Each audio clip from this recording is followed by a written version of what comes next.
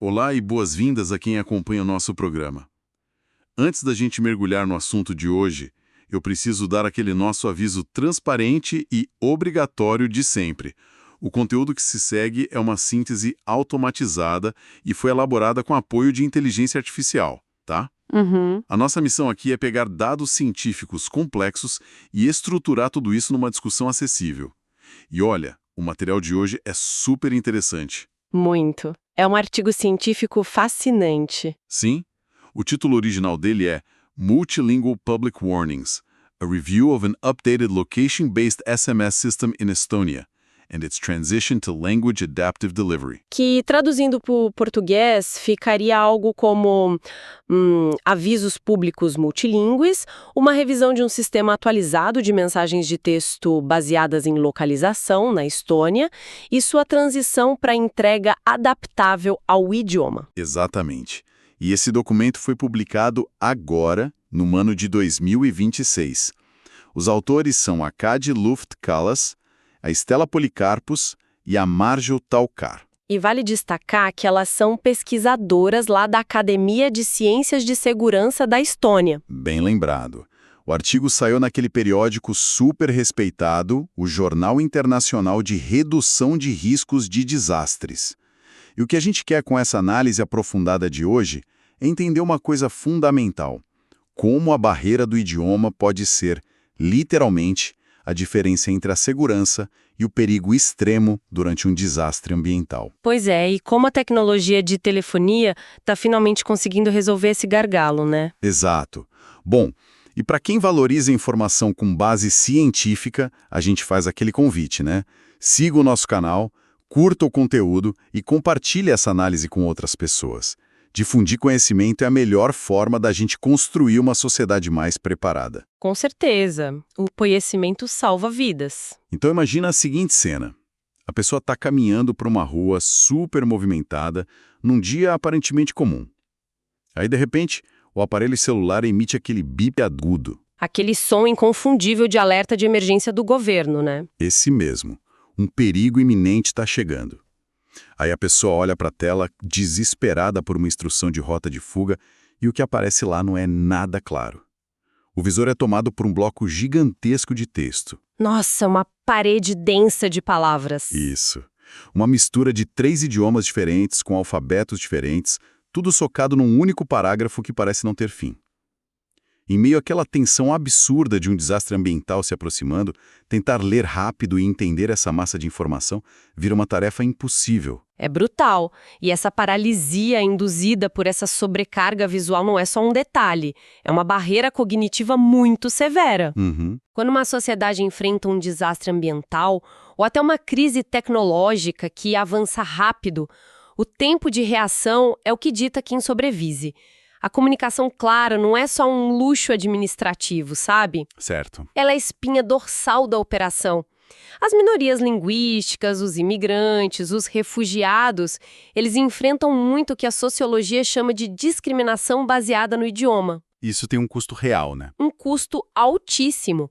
Resulta em taxas de mortalidade muito maiores, simplesmente porque a informação vital não chega num formato que a pessoa consiga digerir na hora do pânico. Para a gente entender bem o porquê de um alerta confuso ser tão perigoso, a gente precisa olhar para os dados populacionais desse artigo. Exato. A Estônia foi usada como um laboratório para essa pesquisa justamente porque tem uma complexidade linguística muito peculiar. Os dados do censo de 2021 são bem reveladores. Muito. Eles mostram que 67% da população tem o estoniano como língua materna. Mas, por outro lado, 28% fala principalmente russo. É uma parcela enorme. E não é algo espalhado de forma homogênea. Tem bolsões de alta densidade, tipo na capital, onde os falantes de russo passam dos 40%. E a coisa fica ainda mais complexa com os eventos recentes, né? A partir de 2022, o país recebeu dezenas de milhares de refugiados da Ucrânia. Pois é. E essa é uma população que traz o ucraniano, traz o russo, mas tem um conhecimento praticamente zero do estoniano local. Ou seja, a diversidade de idiomas do país deu um salto gigante em um tempo muito curto. E é aí que entra o problema do sistema antigo, que operou até o começo de 2023. O governo usava uma tática de, tamanho único. Como assim? Eles pegavam o aviso, traduziam para estoniano, russo e inglês e juntavam tudo na mesma mensagem de texto. E mandavam essa mensagem gigante para todo mundo. Mas, peraí. Pensando de forma lógica, enviar todos os idiomas juntos não seria a atitude mais segura? Como assim? Porque, o governo garante que ninguém vai ficar de fora da informação, o texto único meio que resolve o problema de tentar adivinhar quem falou o quê, né? Olha, na teoria, a intenção até parece boa, mas o artigo refuta isso mostrando a matemática por trás da tecnologia. A engenharia da rede não suporta isso. A questão da codificação digital, né? Exatamente. Uma mensagem de texto não é algo abstrato, ela é um pacote físico de dados digitais. Quando você usa só o alfabeto latino, que cobre o estoniano e o inglês, os caracteres são leves. Tá. O sistema internacional permite 160 caracteres por pacote. Mas quando entra o alfabeto cirílico, que é usado no russo, a matemática muda completamente. Muda tudo. O cirílico exige uma codificação muito mais pesada para os servidores entenderem os símbolos. E aí aquele limite de 160 despenca para apenas 70 caracteres por bloco. Caramba, cai para menos da metade. Pois é. Então, para acomodar os 3 idiomas num alerta só, o sistema automático fragmentava a mensagem em até 8 blocos separados para conseguir enviar. E isso gera um efeito cascata nas antenas, né? Se a infraestrutura tem que processar 8 pacotes para cada pessoa, imagina isso para 1,5 milhão de cidadãos. É um pesadelo logístico. São mais de 12 milhões de pacotes sendo processados ao mesmo tempo. E justamente no momento em que as pessoas já estão vendo sinais do desastre ambiental e estão sobrecarregando a rede e ligando para as famílias. Sim, a rede colapsa. O estudo fez uma estimativa alarmante sobre isso. Com esse sistema antigo de mensagem gigante, entregar o alerta para toda a população de 1,5 milhão de pessoas levaria quase 4 horas. 4 horas. Em um desastre de avanço rápido, como uma enchente repentina ou um vazamento químico, 4 horas é um tempo inaceitável. Anula totalmente o propósito de ter um alerta precoce. Ou seja, a boa intenção da mensagem universal virou um risco de vida por causa da demora. E o artigo ainda fala de outro problema com a população, né? Sim, o ressentimento. Antes de 2025, as pessoas recebiam esses 8 blocos picotados e achavam que era vírus, spam, fraude. E a mistura de idiomas também trazia algumas tensões geopolíticas no meio da crise. O foco mudava de precisamos nos abrigar para por que eu estou recebendo isso nessa língua? Exato. Desviava a atenção do que realmente importava. Bom, já que a mensagem única era inviável tecnicamente, como os autores do estudo explicam a solução que o governo da Estônia encontrou? Eles criaram um sistema de entrega adaptável ao idioma. Esse projeto, lançado no começo de 2025, cruza a área de risco do desastre ambiental com os bancos de dados das operadoras de telefonia. Então eles fazem meio que uma triagem antes de mandar a mensagem. Isso. O sistema avalia a língua configurada no contrato da linha de cada pessoa ou no aparelho. E aí criaram 4 categorias. Estoniano, russo, inglês e uma chamada desconhecido. Certo. Se a antena sabe qual é o seu idioma de preferência, ela manda um aviso curtinho, super direto, só naquela língua. Nossa, é como a triagem de um grande hospital, então. Em vez do médico dar uma caixa com todos os remédios do mundo para cada paciente e pedir para a pessoa ler as bulas no meio de uma emergência, o sistema automaticamente entrega só a pílula exata. Uma analogia perfeita. A pílula exata de informação que aquele cérebro consegue absorver na hora. Corta todo o ruído. Mas e aquela categoria do desconhecido? Porque tem muito chip pré-pago, sem registro, celular corporativo. Eles não podiam voltar para a mensagem de 8 blocos.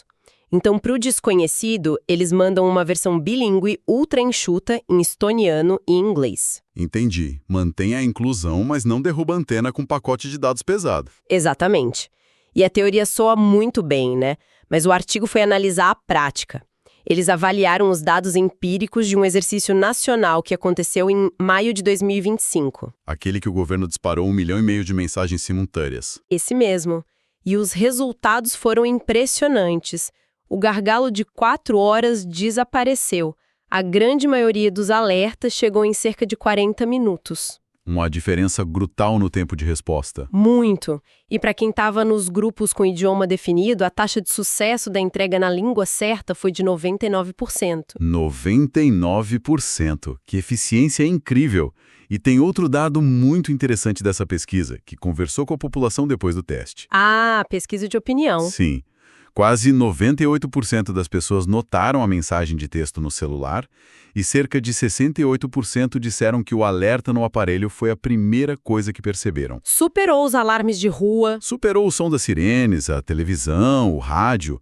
A nossa atenção está completamente conectada nas plataformas digitais hoje em dia. Sim, o vetor digital virou a infraestrutura primária de alerta.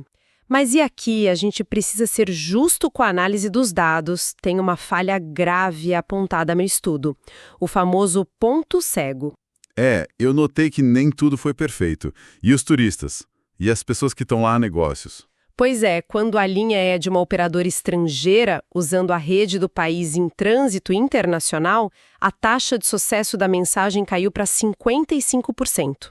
Quase metade se perde. Por que isso acontece? Falta padronização global. A antena na Estônia tenta mandar o alerta para o seu número estrangeiro, mas isso tem que bater no servidor do seu país de origem primeiro, para depois voltar para o seu celular. Nossa, dá uma volta ao mundo. Dá. E no meio do caminho, tem provedores de mais de 70 países, operando com regras diferentes. Alguns bloqueiam mensagens em massa achando que é spam, outros limitam a banda. A gente ainda não tem um protocolo global padronizado para priorizar pacotes de desastres ambientais. Esse é um desafio enorme de engenharia internacional.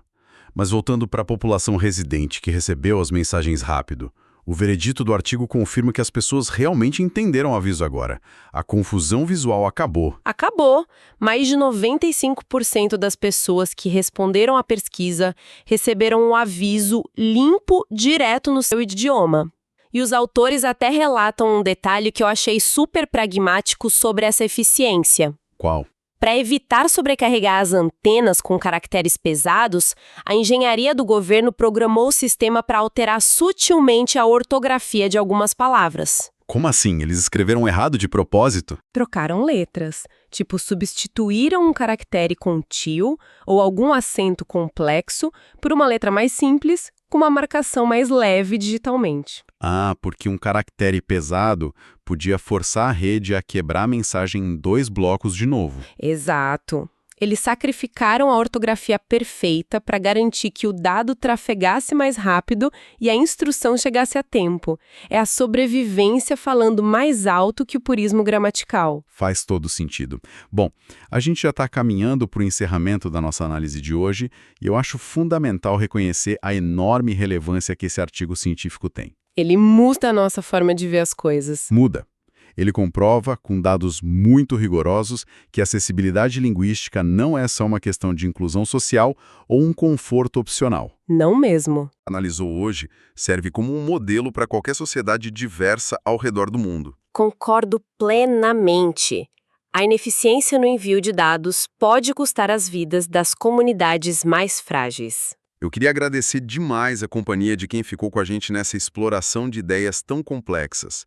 É muito importante consumir análises que são baseadas em dados empíricos e equilibrados. E para fechar, eu queria deixar um pensamento um pouco mais provocativo para quem está nos acompanhando. Vamos lá. Se os nossos celulares, as antenas e a infraestrutura de telecomunicação já precisam saber intimamente qual língua a gente fala para conseguir nos salvar num desastre ambiental, quanto da nossa identidade cultural e pessoal já não está silenciosamente codificada nas redes de fibra ótica das cidades, só esperando no plano de fundo até o momento em que uma emergência acione isso tudo. Nossa, é uma reflexão que muda a perspectiva sobre o que é uma cidade conectada hoje, né? Totalmente. Fica aí o questionamento para a gente pensar.